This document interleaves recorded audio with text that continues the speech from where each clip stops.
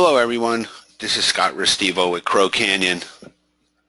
We're just getting set up here to get on the SharePoint training for NERC Compliance Session 2.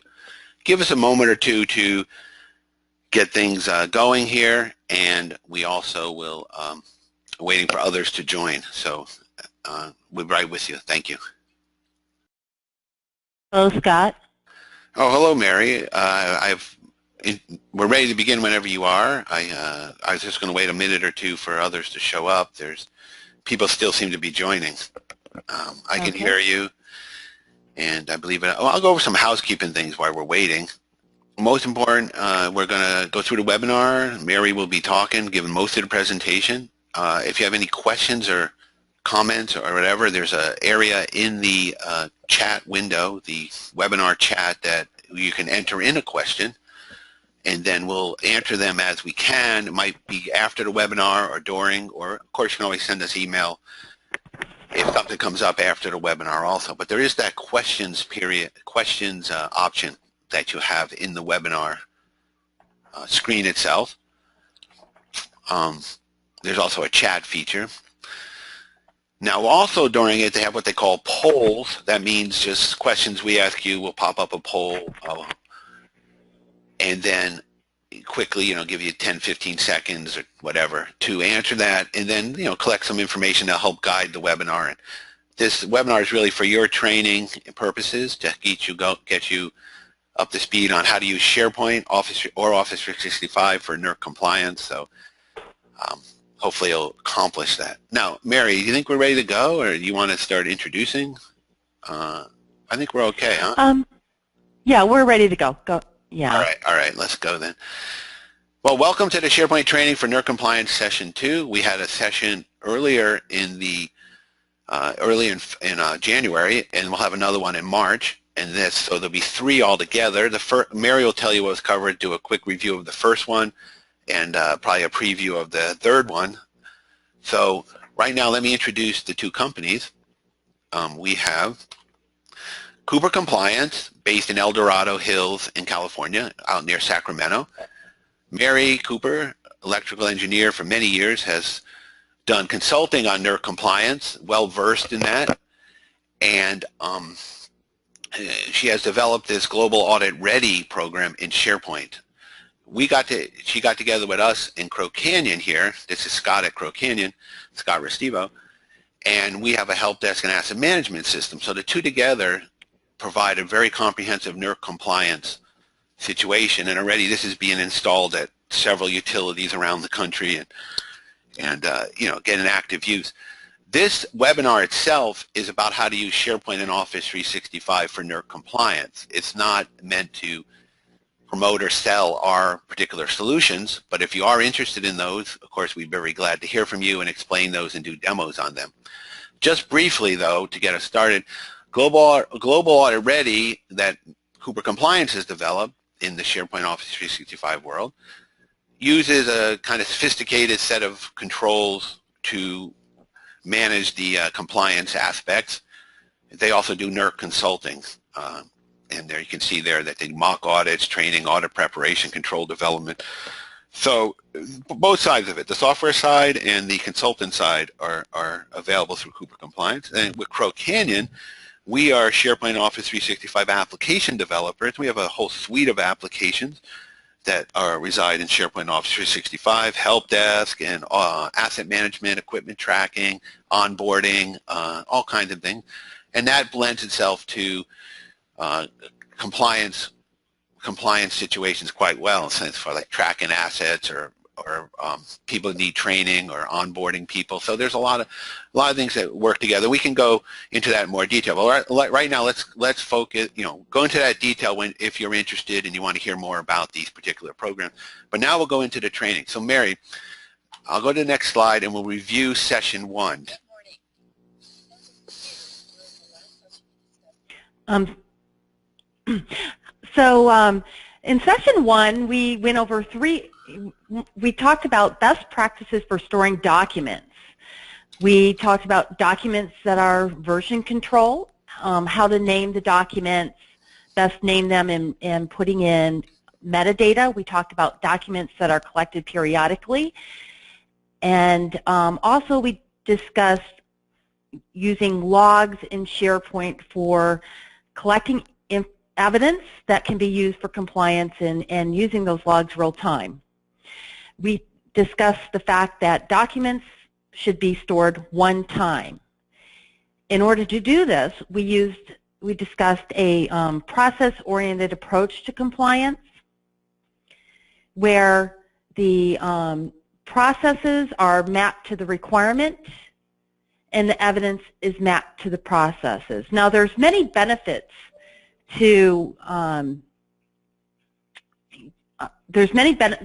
using this methodology. One is that it ensures the documents are relevant and accurate. It reduces your subject matter expert's time and your time so that you spend a lot less time being a librarian and being able to focus more on compliance. Go to the next slide, Scott.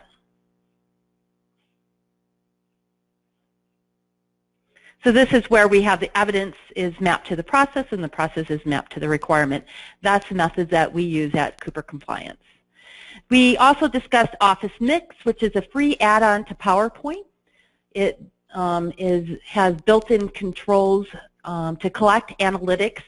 We use this Office Power Mix to enhance our procedures and provide training that our subject matter experts can take on their own pace. You can add voiceovers and add test questions. It's a really great product.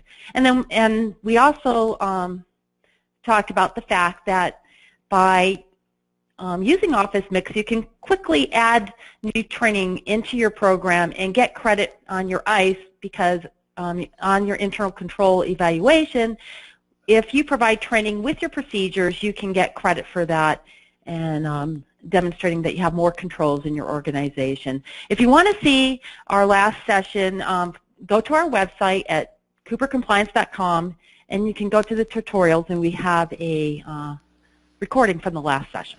Okay. Next slide.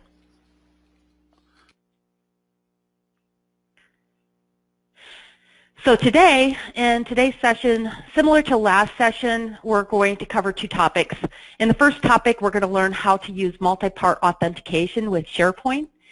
And then the second, we're going to learn how to customize your compliance program with SharePoint Designer for non-programmers. That's right, you don't have to be a programmer to use SharePoint Designer. So we're going to go over a few tips and tricks that I've used over the years as a non-programmer. We're going to go ahead and modify out-of-the-box forms to build in controls. We're going to show you how you can also add your metadata to a Word document and publish that metadata up to SharePoint for use later. We're going to also go build a workflow that uses a loop-through process.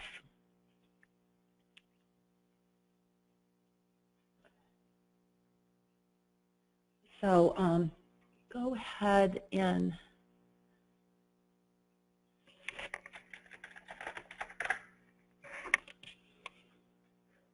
can we go back to the next previous slide, Scott?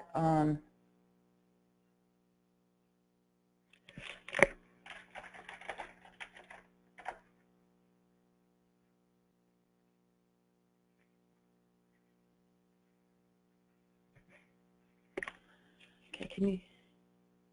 Okay, there we go. Sorry.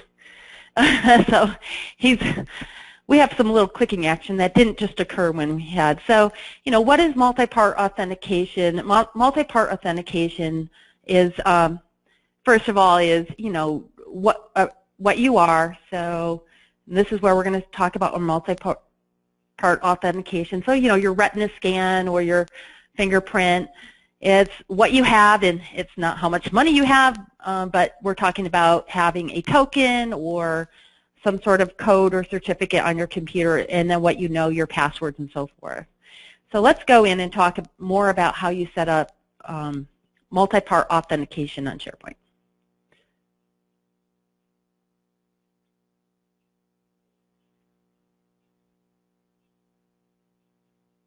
So first of all, I wanted to point out one thing is that multi-part authentication with SharePoint is not a requirement by NERC. The requirement, SIP 005, requirement 1.4 and 2.3, that requires multi-part authentication, discusses that you have to have authentication for dial-up connectivity to cyber assets, and then also for interactive remote access sessions. And this is to your BES cyber systems or protected cyber assets. It's highly unlikely that you're going to use SharePoint to access those systems.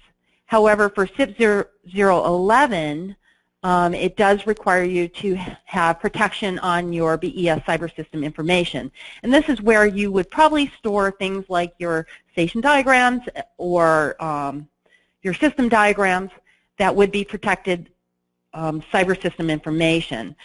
So using multi-part authentication is just one way of protecting that information. So next slide.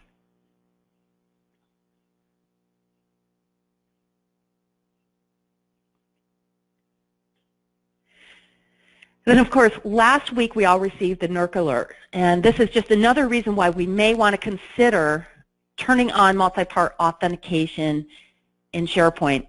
One of the recommendations was recommendation number 7, that you, for systems that are accessible via a VPN, you make sure that the VPN provides secure remote access with two-factor authentication. So if you want to meet that recommendation number 7, that's another reason why you would want to turn on multi-part authentication in SharePoint. So let's go to the next slide.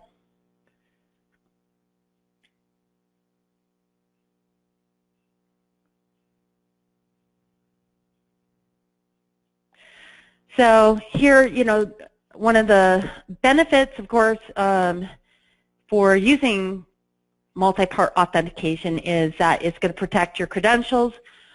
You'll have a form of protection for your BS cyber system information. So it provides you a lot of controls to prevent people from accessing unwanted information, such as in the NERC alert. And in that NERC alert, when we discussed they discussed the attacks, they were talking about that they had gained access to credentials, so passwords and stuff like that, so it wasn't recognized. Now, a lot of us probably store passwords on our computer because we have so many. You know, I have a secret document hidden, well hidden, that I've kept some of my passwords on. I'm sure some of you are similar to that because you can't write it down. If you write it down, somebody could walk up and gain it. Now, we do have other tools available now. There's some applications that you can put on your iPhone for storing your passwords and securing them, but having multi-part authentication is just one way of protecting that information. Now, the disadvantage is that every time you sign in, you're going to have to get a text message or receive a phone call in order to get a code to log into your application. So, you know, that's the biggest disadvantage, is it's just inconvenient. Okay, next. Next slide. Okay, so with what I'm going to go over today is the Microsoft Windows Azure multi-part authentication. So the product works the same way whether you're using 365 or on-premise. First, you have the same multi-part authentication process occurs where you request the web page, you obtain the login from the provider, it requests a security token, the tokens validated, or the credentials validated with identifier or provider, then it's presented to the client submits a request to the second factor details and submits to the provider, then sends a token, and you create a security token, and then you can see, view the web page when it's sent. So it works the same way.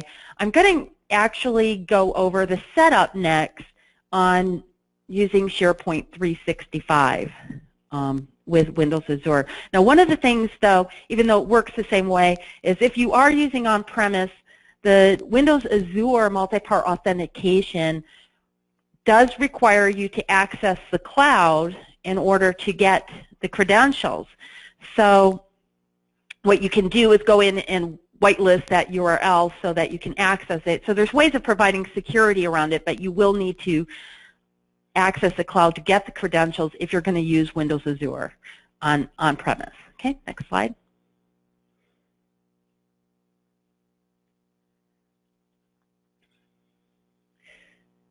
So how to set up multi-part authentication in SharePoint 365? Well, it's really easy for the administrators. For the administrators, you just turn on multi-part authentication. We'll show you how to do that in a second. For the users, you have to, it takes a little bit more. So once it's been turned on, you have to set up your multi-part authentication, determine do you want to receive it through a phone call or a text, and then after that, don't be surprised if you go to your Outlook and your other systems and your password isn't working. That's when I first turned it on. I didn't read all the instructions and had that experience. So all you have to do is go in. There's another area where you would set up an app password, and you want to set up an app password for every one of your applications, including the one that has your email on your smartphone. So you'll need to set up a separate app password for your smartphone. Okay, next slide.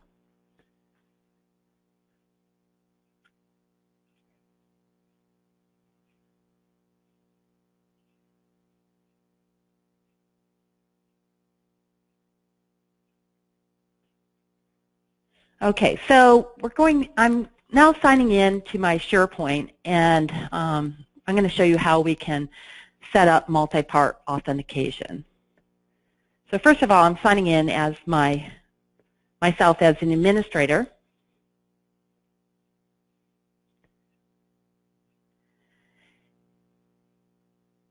And now I have to put in my code. I just got the code on I got a text on my cell phone, so let me put that in, 535952, and now I'm going to sign in. Okay, so I have multi-part authentication signed in, and this is inconvenience that you run into. Okay. So now I went into my administrator area. I'm selecting users, and I'm adding all users. Then I'm going to set the area where it says multi-part authentication. I'm going to click Setup.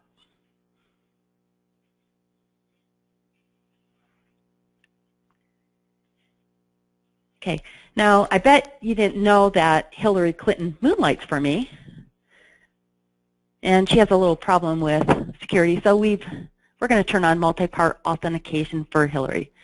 So I just selected her name and then selected the option to turn it on.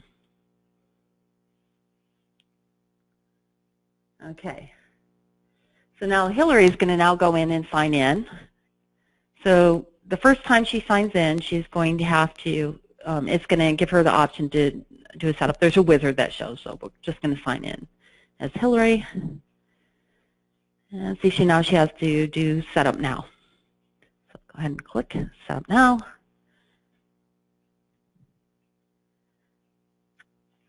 And here I'm going to select send me a code by a text message, because using the call me option, you have to be in a place where you're going to receive that call. So sometimes if it goes into voicemail, you would never get the sign in. So I like the text option better. So now a text message is received. We're going to enter that message into the verification code.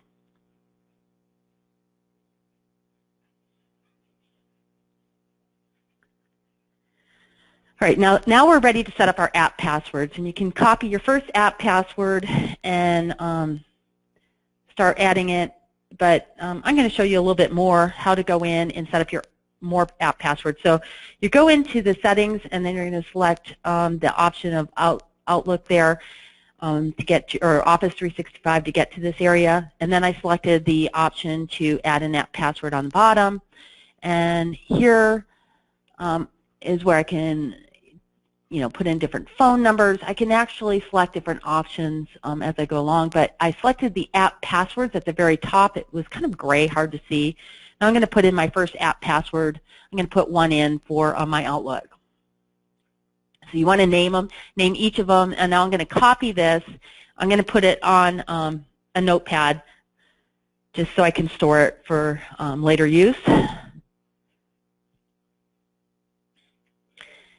When after I sign out, I'm going to have to then go in and reset all of my Outlook and everything.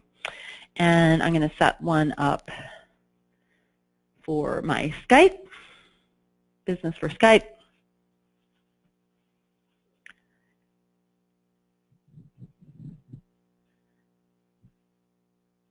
And then add that. And now I'm ready to go ahead and start adding those.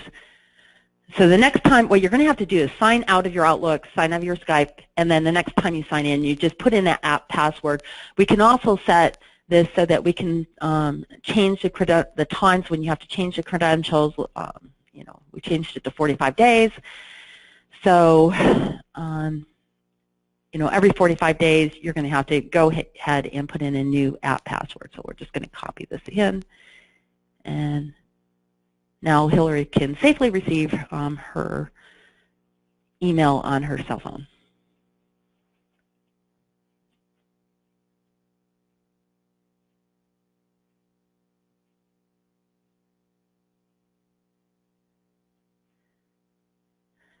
So how to, we just covered how to set up multi-part authentication in SharePoint 2013 in the cloud. However, on-premise, it's a little bit more difficult. You have to configure the multi-part authentication provider and this is what the administrator has to do.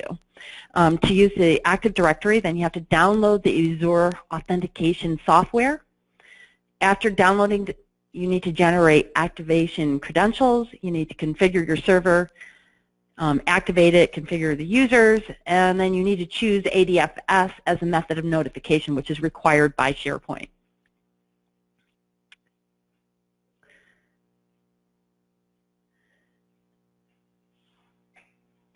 And then the next step is you need to select ADFS, install the ADFS, select a method for receiving your token, so phone, a text, mobile app, or authorization token. Then you need to configure your multi-part or multi-factor server settings for ADFS. Register the provider with ADFS services required by SharePoint. And then you need to configure your ADFS rules, edit the global multi-factor authentication, configure the users, devices, locations, and servers. And then, so you can see that the administrator has a lot more to do to set up multi-part authentication for on-premise. The user just goes through the same login process that we just went through for 365. Now I could spend, we're going to run out of time because we're going to cover a lot more here on using SharePoint Designer. So then rather than go over each of the steps for the administrator for multi-part authentication for your on-premise 2013 or 2010 servers, I'm going to refer you to this other link here. You can go to my slide and click on it, fast forward 45 minutes, and there's a 26-minute demo for SharePoint administrators where there's a very talented presenter that goes over each step-by-step. If you get stuck on anything, feel free to call me, and I'll do my best to try to help you through setting up multi-part authentication. So, Scott, are there any questions on? Well, no, but let me point something out. ADFS, that stands for Active Directory Federated Services, just in case that wasn't mentioned before. Okay. Okay. Are there anyone have any questions? Oh, let's see. Have you done all of this private cloud? Have you done all of this as a private Azure cloud, not including running your solution? So private Azure cloud, we may have to address that after. But you certainly, well, yeah, if you had a private cloud, Azure cloud, it wouldn't be Office 365. It'd work the same way. It would work the same way, yeah. It would just be kind of like on-premises, but in the cloud. It's the same thing of Active Directory Federated Services. You'd be doing this kind of like on-premises but with a cloud kind of bent to it, but not in Office 365. What you showed earlier on Office 365 is very exclusive to Office 365 due to their right. But the location where you would download the software is the same. It's in the same location in your SharePoint. If you were using because you can use a cross in between on-cloud and on-premise, and so that software is still there in the same location where I showed you earlier, where I was setting up my passwords. The presenter that you're going to see at this SharePoint conference from the 2014. If you go to that presenter actually uses the Azure product in that demo, so it should be pretty helpful. Okay. Next slide. Okay, so. All right, so now I'm going to... Mary, did you want to pop up the question about what version of SharePoint people are using? Because that seems like something that affects the way... Let's just take a moment to do that. What does that sound like? If people don't mind... Yeah, let's do that. What version of here's a poll about what version of SharePoint you're using. Give you 10 or 15 seconds to answer that. That helps guide us as to what kind of training is important and useful, and if people are using. So I'm going to launch. And I can. There it goes. Right, and I can do some walk around or talk about some different options of how to go through this, the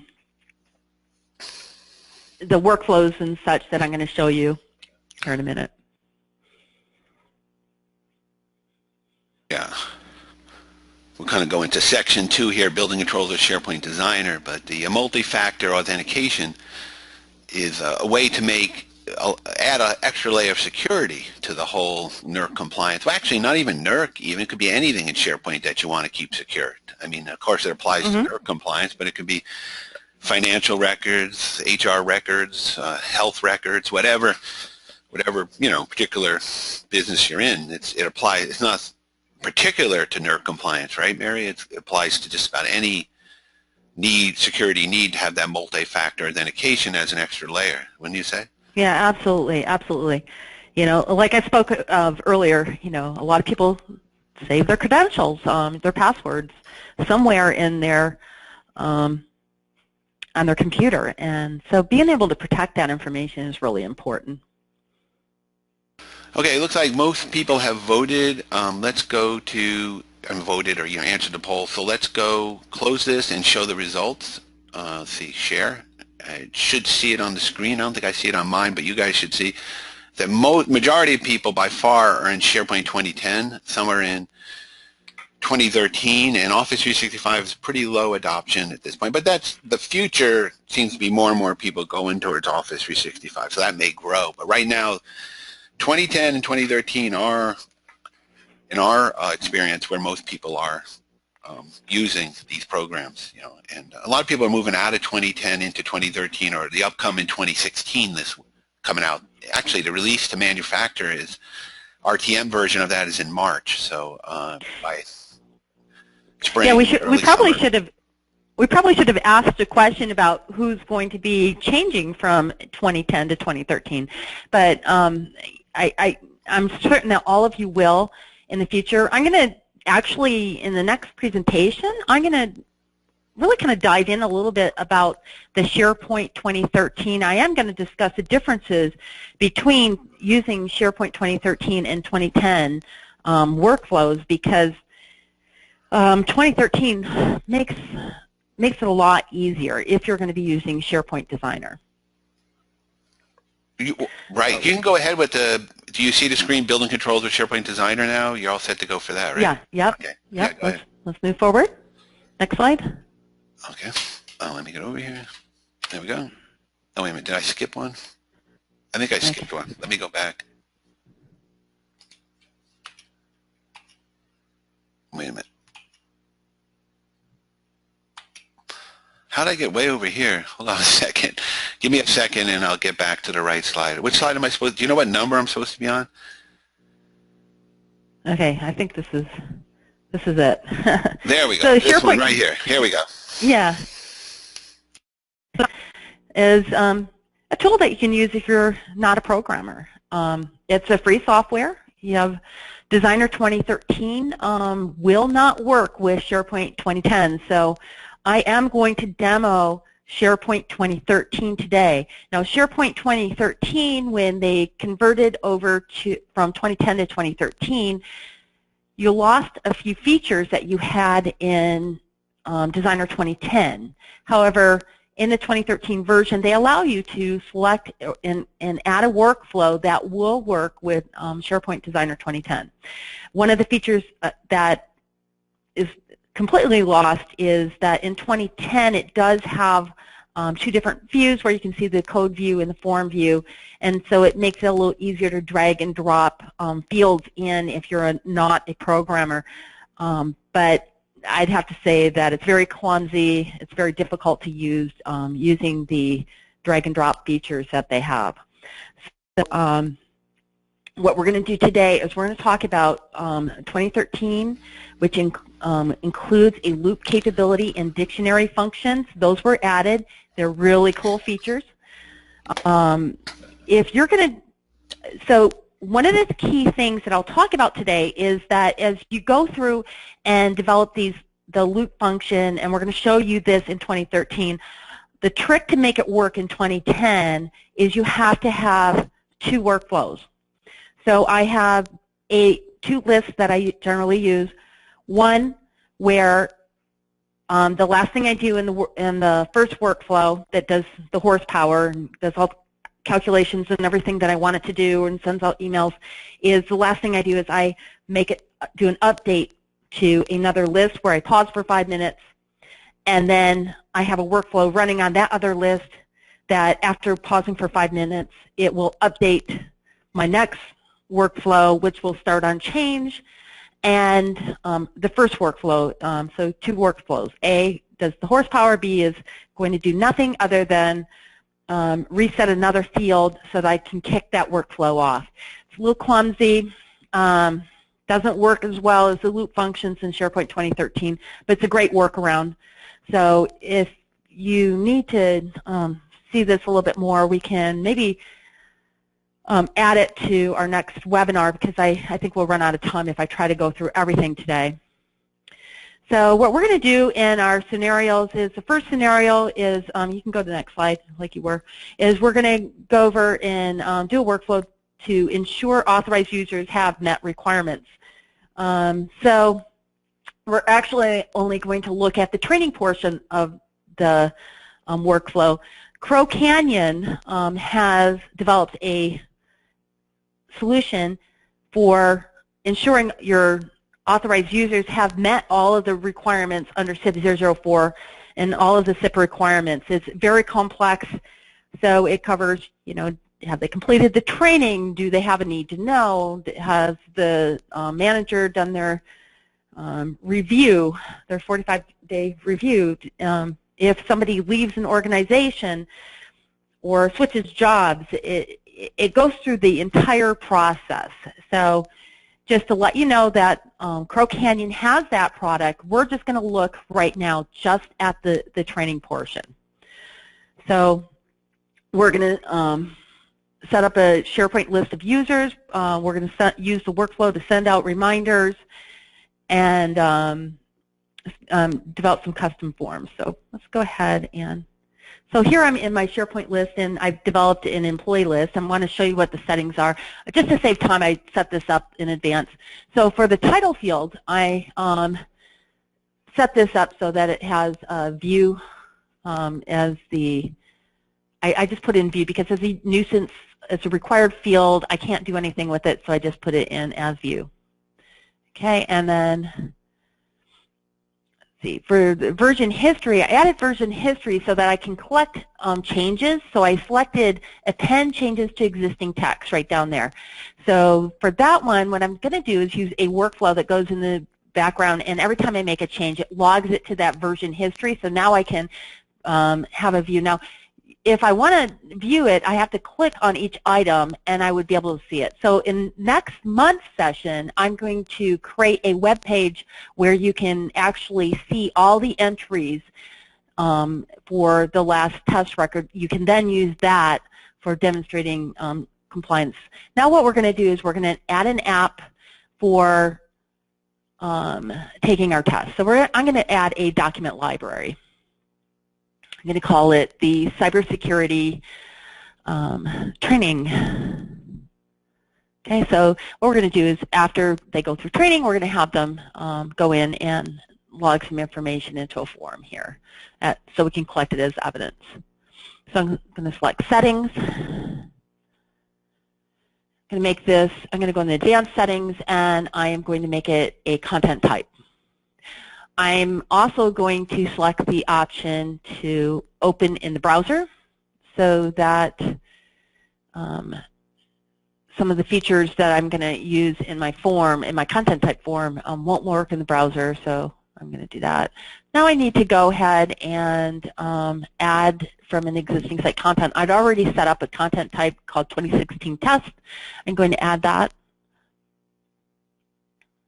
And now what I want to do is get rid of the document content type that automatically comes with the SharePoint. So we're going to change the order. I need to make it in the second position, so it's not the primary first. And then I can now go and edit it and delete it out. So we're going to select the option to delete delete it. So I deleted it out, and now I just have my 2016 test. So now I'm going to add an employee field. I'm going to select the type. I selected the employee list from our Active Directory, and then now I'm going to add a test date. Oh, actually, for the employee, I didn't select it from the Active Directory. I just made it a text type because we're going to use, in reality, what I'm going to do is use the use another option for that. So, okay. So I added, one of the things you notice is I added the content type after I said add to all content type. I added these fields after I added my form. That way it will show with all my content types. That was really important because now the next step is I'm going to go in, I'm going to edit that 2016 test and add those fields to the test. So I'm going to select my 2016 test and just click on that. And then I'm going to go into advanced settings, and then I'm going to select the edit the template. So this is a template that I developed already. And here I can now go into quick parts from the document properties. I'm going to add my employee that I just added, and then I can also add that test date that will also be in the quick parts. So we'll go ahead and go to the quick parts and again add that test date. So now once I've done this, anytime somebody fills out that form, I'm going to save this back up to SharePoint.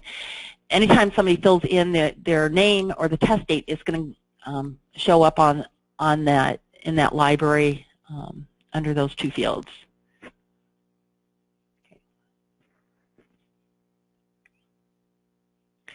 So we're going to run a workflow that when somebody enters the test results in and puts in their name, it will go through and update the employee list.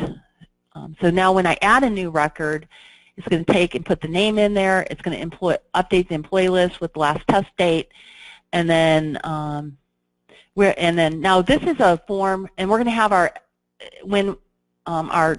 training manager is going to be able to go in and change the test results. But here you can see they can edit all the fields. So what I want to do is develop a form for my training manager where she can't change the employee's name, or doesn't need to know if they had, when the last time they had required access, or if they have required access. We don't want her to modify the version history or anything like that. So I'm going to go ahead now and show you how you can use SharePoint Designer to edit those fields, so that only field that the training manager will be able to change is the test results.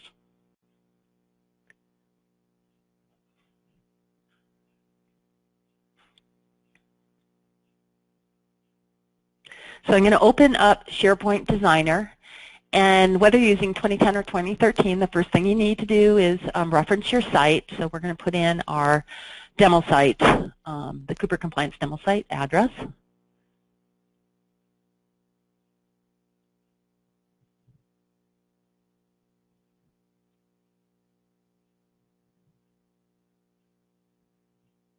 I'm going to select the workflows, or the lists, I mean, and then I'm going to, and here I am going to add a new form. So we're going to call this form test results. And I'm going to make it an edit item form. And now I'm going to edit the form.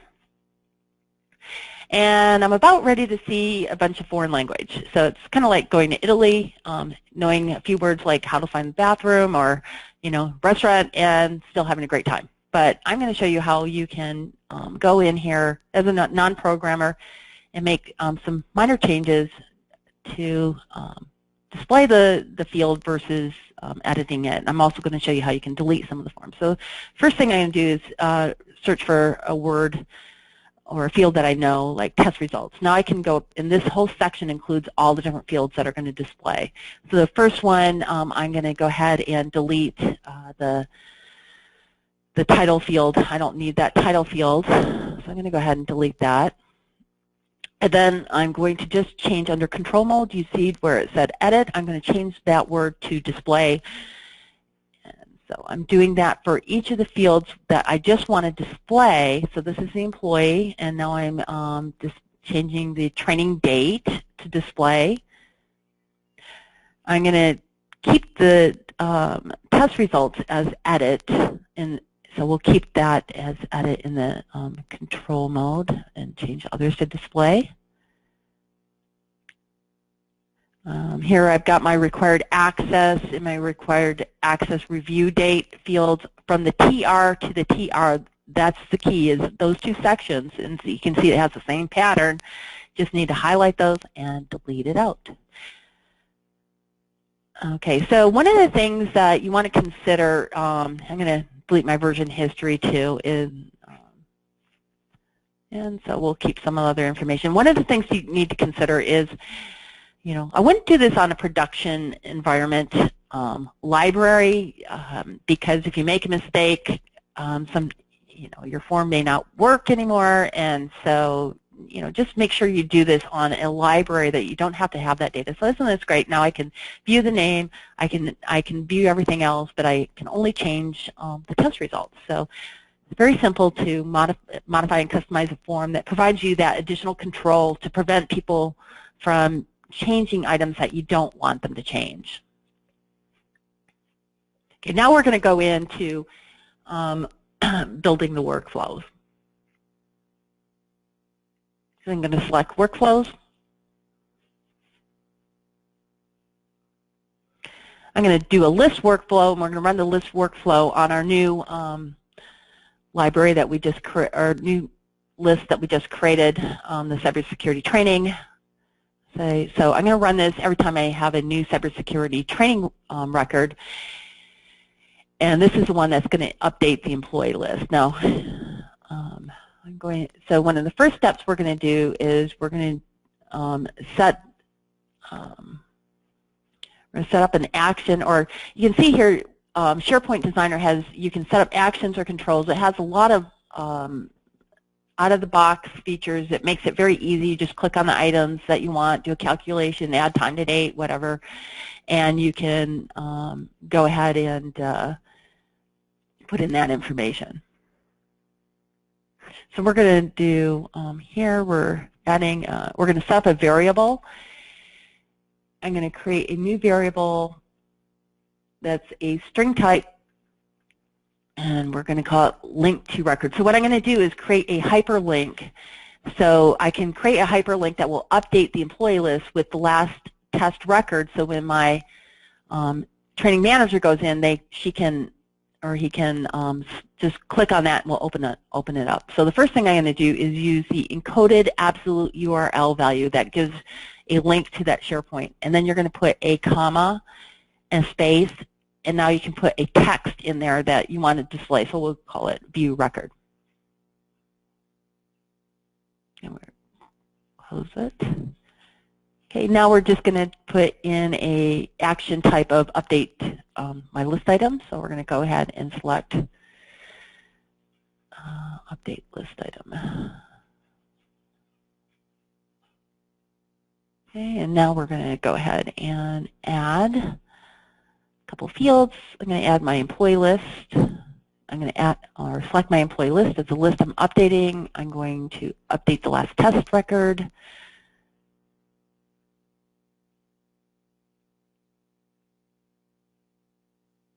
And we're going to put in that variable that we just created, the link to record. Or this is for the annual training date, actually. Switched over. Let's do the date first, and then we'll add in the last test record and do the variable.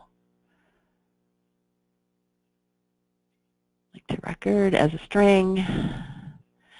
Okay, now I need to select which field I'm going to update. So I'm going to update where the employee, so that this is from the link employee list, where the employee is equal to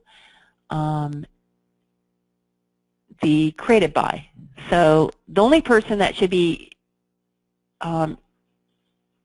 taking that test or filling that out is the person that's logged in taking it. So that's why I use that. Now I need to just put in a stage to go to end on my workflow. This is something in 2013 where you can go from stage to stage. In SharePoint Designer you can't. Now I'm going to allow the workflow to automatically start when an item's changed or created, and now I publish it out.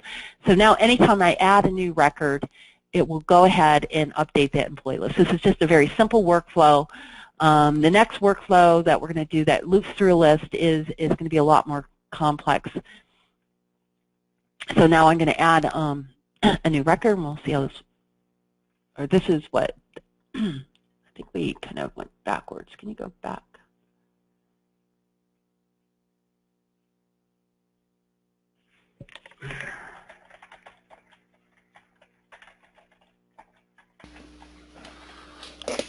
Oh, do you want the other slide back, Mary? Yeah, we kind of, yeah. So, you know, why don't we do this? Why don't we just, can we maybe? You're way over here, I think. Right? I think I accidentally clicked the wrong. Yeah. Where were we? Right about here? Yeah, so we're filling in the name, and then we're publishing that out to SharePoint. Okay, now I can look at my employee list, and I can see that the test results is review required, and the test date was updated. Okay, so now the next thing I'm going to do is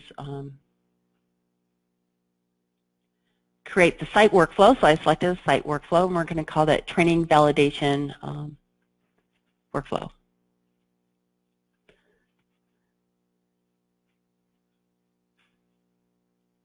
Okay, and you notice there the platform type, it says SharePoint 2013. You can do it SharePoint 2010 in 2013 as well. So a few steps here that we're going to use is you know, again, this is a little bit more of a complex workflow. So the first thing I'm going to do is add a set a time field in here, and the set a time field, we're going to set it a variable to today with the value of 0. So at midnight today, we're going to collect all records that were new. We're going to run this every 24 hours. The next variable I'm going to set up is a URL to reach out to my site. Sorry, I clicked the wrong. I got to get you back again. I'm sorry for that. I just trying to keep you. Here we go. Sorry, my bad. It's my bad. It's not you, Mary. It's me. So we got here to where we're building a workflow, a site workflow, which is different than a list workflow, right? Yeah, yeah. So a site workflow runs on the whole site, and the idea here is you're trying to get it to be timed for that site so it takes some effect on the list. Is that's what we're doing here, right? Yeah, so the site workflow, the reason why we're using that is because it's going to work on the entire list, not just one list item. So I'm setting up this URL right now. Right. We're getting to where you were. Yeah. Kind Sorry, of I have to there's admit the site I work. cheated and pre-recorded some of this because I wanted to make sure that I clicked the right thing during the presentation. It's kind of hard to talk and do this at the same time. So there's our, go ahead. Yeah, I think it's good. It's a good time anyway if people absorb information about list flow versus a site workflow. Now you're creating a site workflow that's going to run on a timed basis to check. What's the purpose of checking that's the time you want to? Well, the difference, okay, so the difference between the site workflow and the list workflow is the site workflow runs on an individual item in the document. So when a new document's added or a new document's changed, the site workflow runs on the entire list, the entire light. So I want to be able to use my loop function where I can cause this to go off by the first time I'm going to manually set off the workflow. And then it's going to go ahead and run my loop, and then I can, or it's going to run through my dictionary, grab all the items from my dictionary, and then I'm going to set up a time. So I'm going to pause for 24 hours, and then I'm going to run it again. So I can just keep looping through that process. So I really only have to set it off one time. Okay, and the purpose is to check on training if people have done the training, right? Yeah, so what we're doing is we're checking to make sure that the training manager wants to know, hey, do I have any new records today? Now, you can use this same type of concept for, and I do this with a lot of different standards. For example, PRC 5, I have an equipment list, and in my equipment list I have a workflow that runs through and checks to see, are there any new records that are due? And you could do the same thing. I want to know, is there, do I have a list of employees, and is it time to validate if they still have a need to know?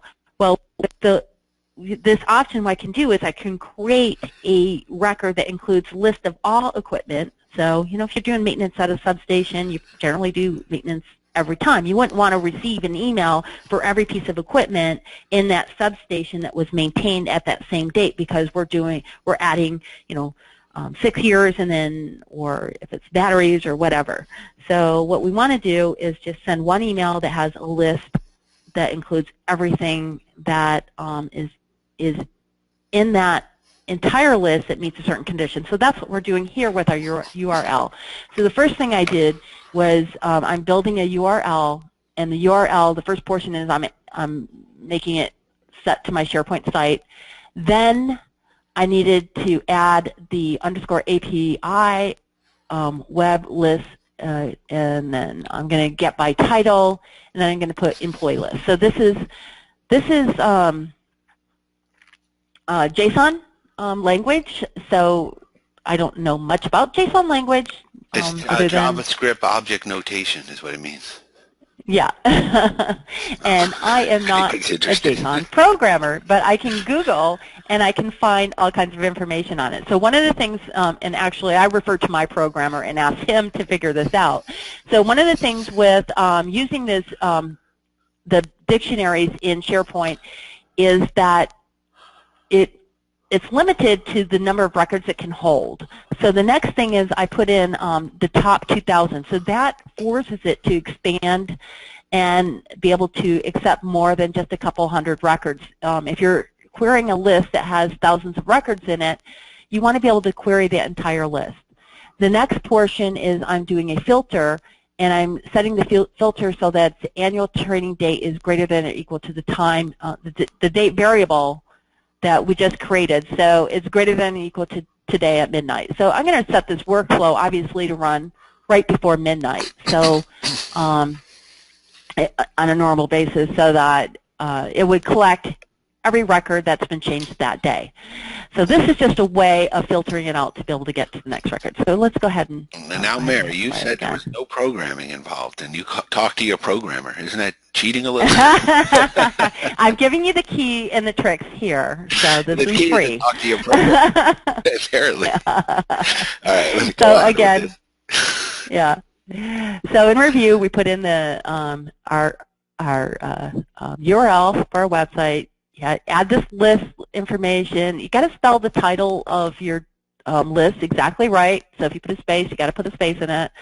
Select. You're going to filter it for the top 2,000. We're going to set the filter. You can I'm showing you a date variable. You can filter it for all kinds of different things. So, okay. And then once that's done, I'm going to go ahead and select OK. And then the next step is we're going to use the action called build dictionary. Again, here is some JSON code that you have to put in the word accept in content type, and you have to put in this code. I don't know what the code does, but it works. You just put it in exactly like that, application / JSON, and so we're putting in application / JSON semicolon OData equals verbose. And I have a slide at the end that's going to have that this code in here, so you can just copy and paste it in. And then we had to have a dictionary variable. We're going to output this to a dictionary variable, and it created one called dictionary. The next step is we're going to do a call to that dictionary. So I'm going to do a call HTTP services, and here the first thing we're going to do is we're going to set up where it says this. We're going to put in the variable, our employee URL variable that we just created.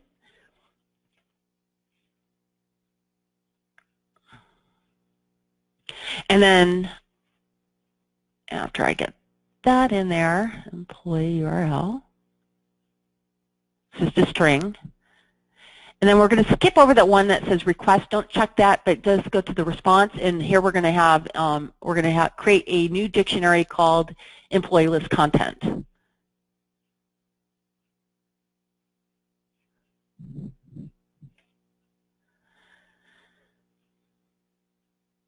And that's a dictionary type as well. And then we need to have the response headers, and we're going to put a dictionary type for response headers as well. We're just going to call it response headers. And the last step is you go over and click at the very end, and you're going to select the properties box, and you need to, where it says request headers, you're going to put that variable dictionary. So the dictionary built some headers. It's just required for this set of these actions that come in a set. You have to use all these actions together. The next one, you need to use get an item from your dictionary. So we're going to select get an item from our dictionary. We're going to put in, again, the code D/results, some JSON code. Just put it in exactly the same, no matter what you're doing. Now we're going to put a dictionary variable called employee list content. So that's going to include all the content from that employee list.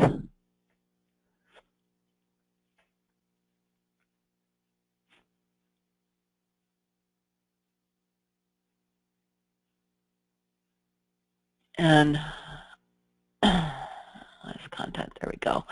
And then the last one is we're going to create a dictionary called employee list.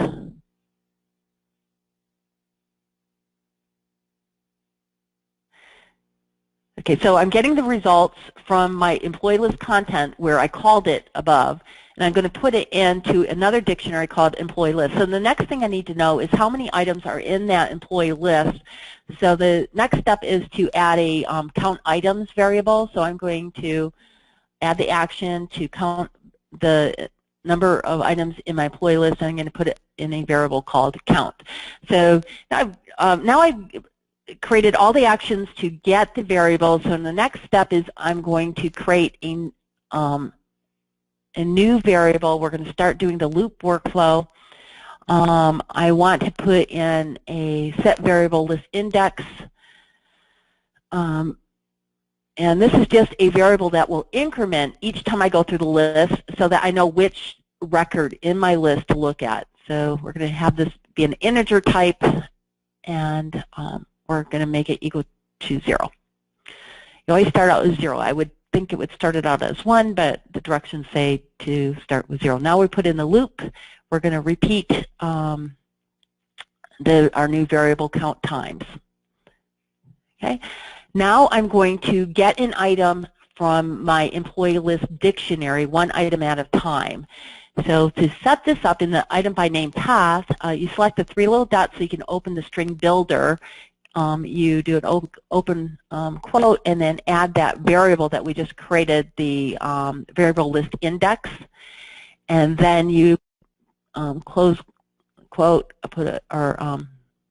then put a slash, and now we're going to put employee ID. Employee ID is, you remember my employee list includes the word employee, but we're going to use employee ID because the employee is a lookup. And then we're going to make this equal to a variable called employee ID, and this is going to be a string variable. Now I can copy this get action now. That's another feature that you can do in SharePoint Designer 2013 that you can't do in 2010 is copy variables. They made this real convenient. Now I'm going to add test results because that's another field that I want to get. So change that to test results, and then I'm going to make that equal to, and I'm getting it from my employee list, and I'm going to make it to a variable called test results, which can also be a string.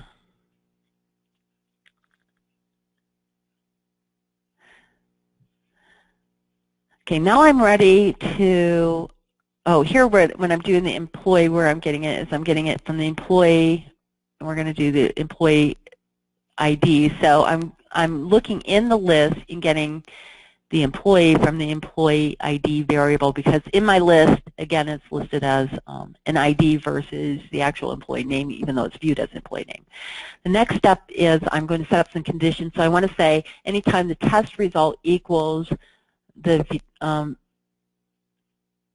going to select test results, so my variable test results, anytime that test result is equal to review required, then I'm going to add it to another string variable. So I'm going to start building the list of names of people who have taken the test that day. Okay, so I'm going to create a workflow variable. It's going to be a string variable. And I'm going to set it to the variable employees to review, and we're going to select the variable employee. We're going to add that in there.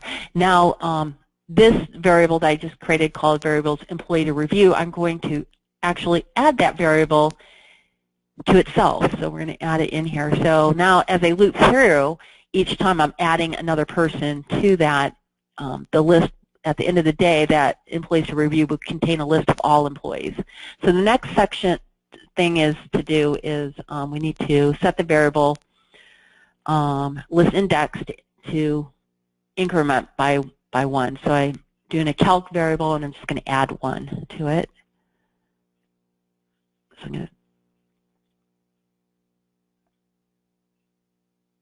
and then after I added the 1, then I needed to set another variable called list index, and I'm going to set that to that variable calc so I can get that back in there. So now my list index is incremented by 1 at each time I go through. The next step is to send an email. So we're going to send an email to the training manager. I'm going to step out of my loop because I've now looped through and got all my employees. I'm going to select training manager. I like to use a training manager group so that if you have multiple training managers, they will all receive that email. Anybody in that training manager group will receive the email. Or if your training manager leaves, you can just simply replace it in the work. You don't have to do anything to the workflow. So for the subject, you can add variables there. We're just going to go ahead and type out an email, something that I want my training manager to receive, and then we're going to add that variable that we just listed or created called employees to review. So the following employees have completed their cybersecurity training exam and are ready for review or something like that.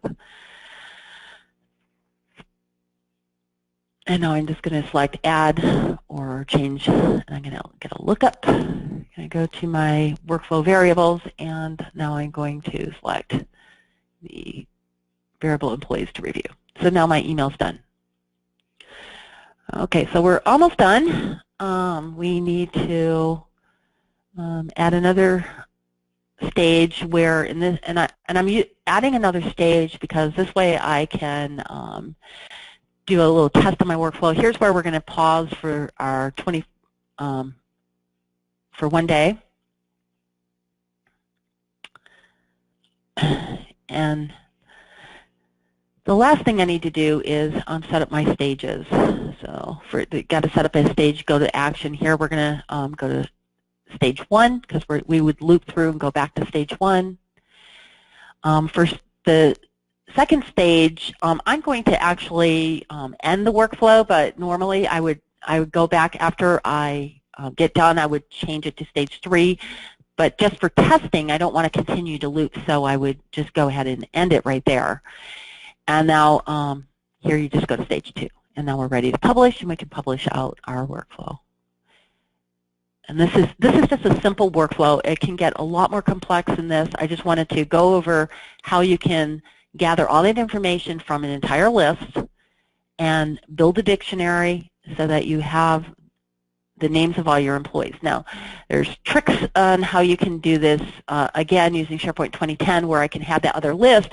I can actually build out that list of as I'm going through the design, looping through my workflow, bouncing back in between each. I can continue to build out the names of employees, the equipment, or whatever, and then pull that in as a lookup value into my email. Again, it doesn't work that great sometimes because SharePoint, one of the things with SharePoint Designer is it takes a little bit of babysitting, because if you get some sort of system interruption that causes your workflow to end, there's not a lot of controls in SharePoint Designer that are going to allow you to know that your workflow had a problem. But again, Crow Canyon has created a solution that has all those bells and whistles that will let you know if something's happened to your workflow. It will work, it will provide you control, and it covers all of the steps, going through and making sure that your employees have taken their tests, their annual exam, do they still have a need to know, and so forth. And so now to start your workflow, you got to go into site content and select site workflows. And from here, you just select training validation workflow. Okay, so now we've created that workflow. It's running now, and then this is what the email result would look like. I only had 2 employees in there. That go ahead and just select next slide. So we can go to the next slide. And so here we had 2 employees in there, and this is what the email would look like. We had the 2 employees in there. So what we learned from review for SIP 004-5A is that we learned how to develop a form to allow only certain fields to be edited. We changed the word edit to display using SharePoint Designer. We also learn how to add metadata to a Word document and have that metadata publish out into your SharePoint list. We learned how to develop a workflow to update fields in another list when a new item is added, and we customize a list workflow to update that list item, and then we also developed the loop workflow. Next slide.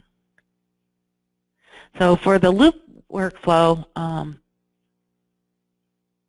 list items, we identified the items that met a certain condition. So we customized the site workflow using SharePoint Designer. We created the URL with the filters. And then we had to add the build action, call HTTP, get dictionary services, all the count items in dictionary. Those 4 actions need to all be created for this whole sequence to work.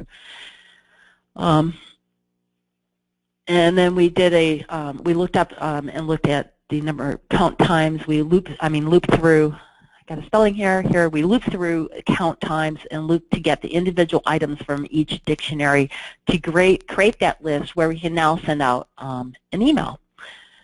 So I think it's a pretty cool capability. Here's the JSON voodoo magic that you have to have behind it. So here's a couple, next 2 slides just include some code that you can use to reference later. So we'll let you just look at that later. Okay, so are there any questions that from the crowd now on? I saw somebody mentioned I had a spelling error earlier. Azure, yeah, A-Z-U-R-E, it's easy. Color, blue. Anyway, no, there aren't any questions on it. I think people have a lot to absorb if they want to get into SharePoint Designer at the level that that's at. So they may, may have more questions later when they have time to look at it, but there aren't any at this point. So, yeah. Okay. Well, and just going back again, SharePoint 2010 and SharePoint 2013. 2013 does offer those loop functions. Unfortunately, there is about 50% of you that are on 2010, so you're not, yeah, I can, and maybe on the next training session I can go a little bit more and show you how you would do the same thing with 2010.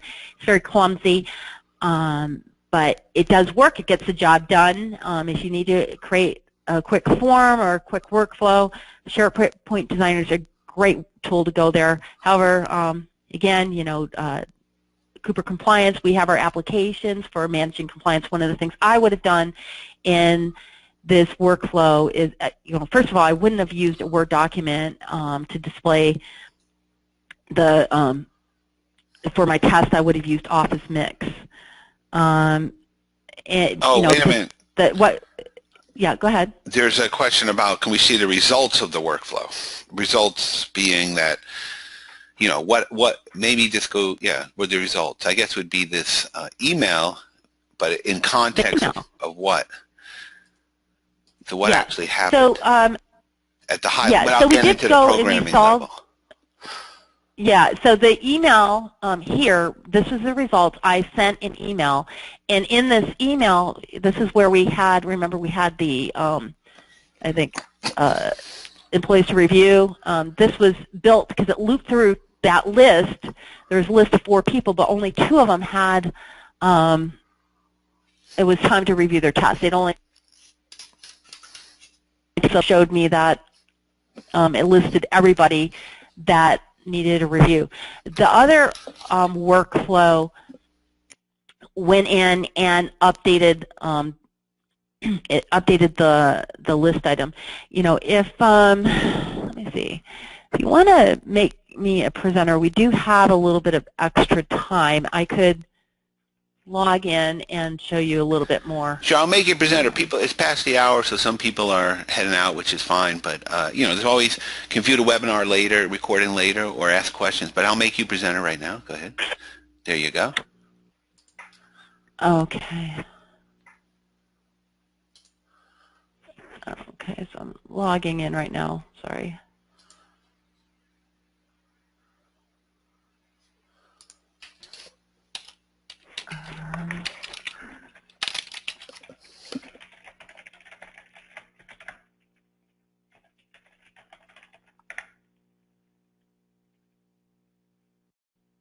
While I'm doing that, why don't you instead, can we just go over some of those survey questions, and I'll... Oh, yeah. All right. Yeah, if anybody wants to answer. I mean, let's see.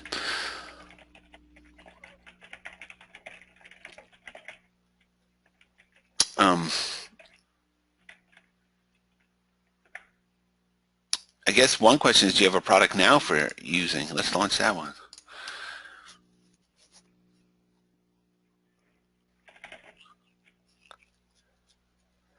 You probably need to make yourself a presenter again.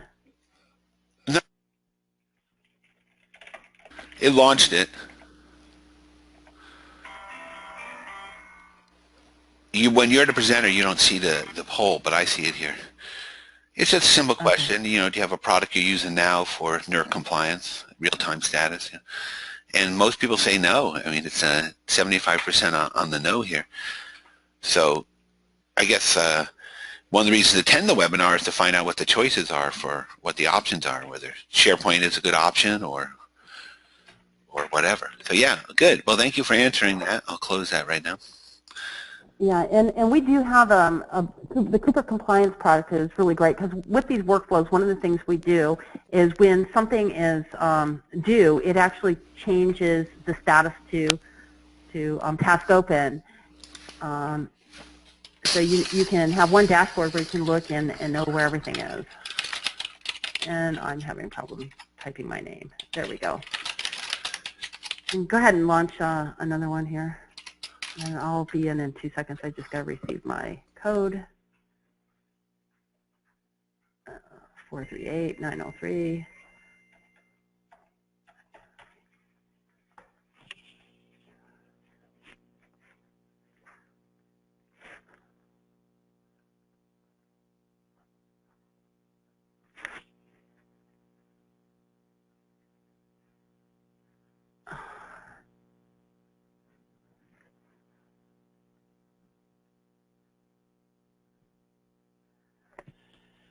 Okay, so, okay, I don't know if you can see my screen now. Yeah, I see it says audit ready, utility company, governance, risk, and compliance SharePoint solution. Okay, so just one of the things that happened was we had built the cybersecurity training, and when I added this record, it actually started the workflow and ran the workflow. So I can go here and look at my workflow and see that it ran. And now what I can do is just rerun this and you'll see exactly what happens. But I went in here and ran that workflow and it did the update when the new record was added. I'm going to go here back to my Cooper compliance site.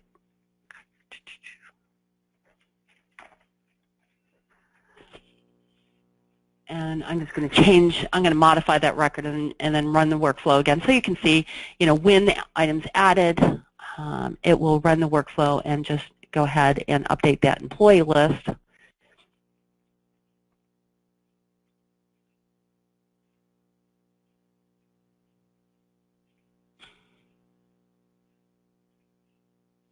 And there's actually two that are going to run here. So I'm going to just change this date to something different.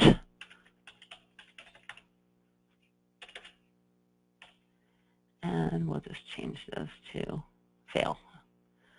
Okay. So now I'm going to go ahead and go back over here and run this workflow again. And that will go ahead and update that list.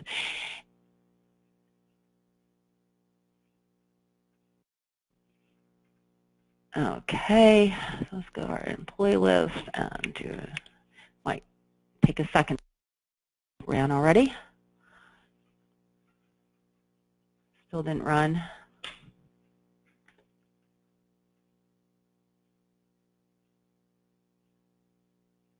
It's going slow right now.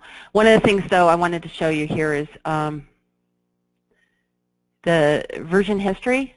When I ran that, the other workflow that was running, see, every time I added a new item, it went through and collected this data. So I can show that, you can set this up however you want, but it's showing all the records that were changed. And I have that now for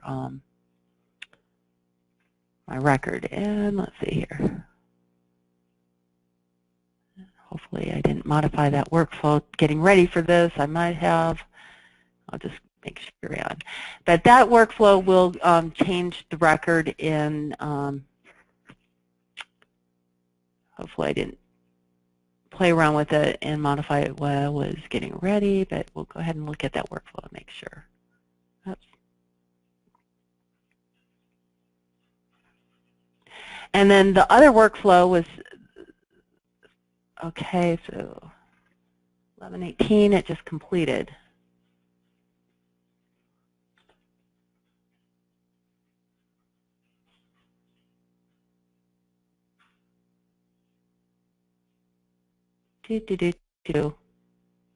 Oh, it changed the date, but it didn't change my test result.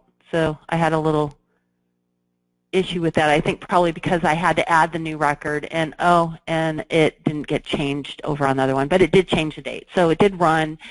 It's probably just the way I had the workflow set up. And then the other one, it just sent it sends an email.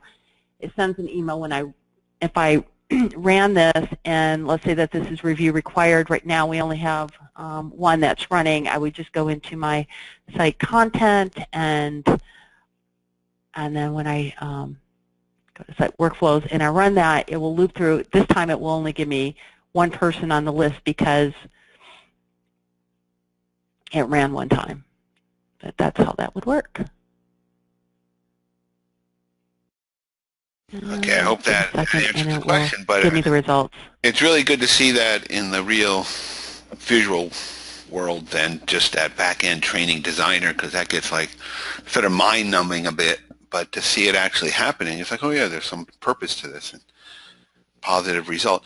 But I think, you know, we took up, we're at an hour and 20 minutes, so probably more of the time than people expected to be here. So now, one of the things is that we are available if you have some customized workflows that you would like to have built. Both Cooper Compliance and Crow Canyon are capable of doing that. We have some out-of-the-box add-ons to SharePoint that will very quickly get you ahead. So we'd love to hear if you are interested in getting a demo. Here's my email that just came in. I'll show you that email. Now this time it had one person versus two on the last one because review required was not an option. So, okay. So and again, this is not necessarily the way I would set this up. I would probably use the Office Mix option and brought that data in from Office Mix, ran a workflow on that list to update the employee list to show me, you know, who's required for training. But it's a great way to build in controls. So please feel free to contact myself or Scott. Scott, did we want to go back to, I think we just want to wrap up this. Yeah, we can wrap it up. Just basically coopercompliance.com, crowcanyon.com. Both those places. We do this all day long.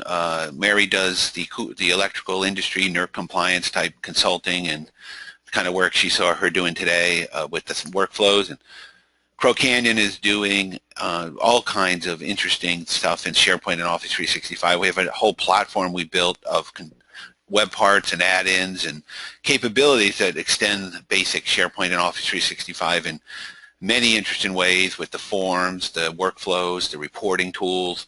And we use those to build solutions for companies all over the world, including the electrical industry and atomic energy agencies and education and government and military and yada yada. So we do a lot of that. We'd be very interested in talking to you more about it. Unfortunately, we don't have a slide with your screen with the phone numbers, but coopercompliance.com, Crow Canyon, Crow C-R-O-W, Canyon.com. Either one of those, you go to those websites.